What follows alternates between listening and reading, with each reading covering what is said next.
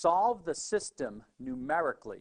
3x plus y equals 17, 2x minus 3y equals 37. To do so, we do need to solve each of these equations for y so that we can substitute the values of y into the calculator.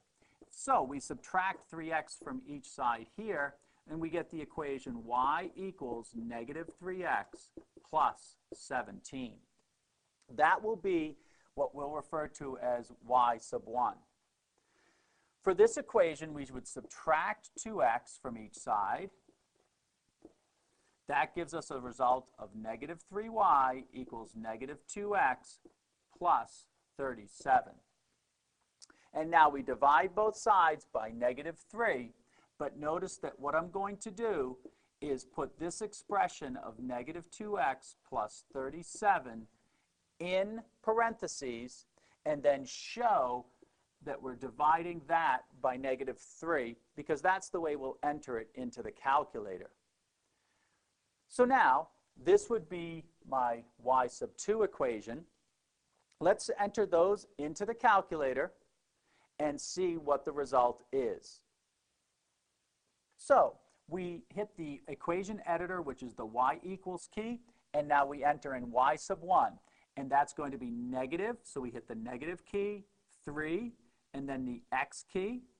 And to that we add, so plus 17. That's our first equation, y sub 1.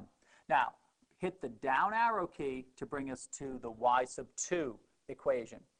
To enter this one, remember that we are going to enter it in a special way where we put parenthesis and down negative 2, and then the x key, then plus 37, so plus, and then the 37, and now close the parenthesis.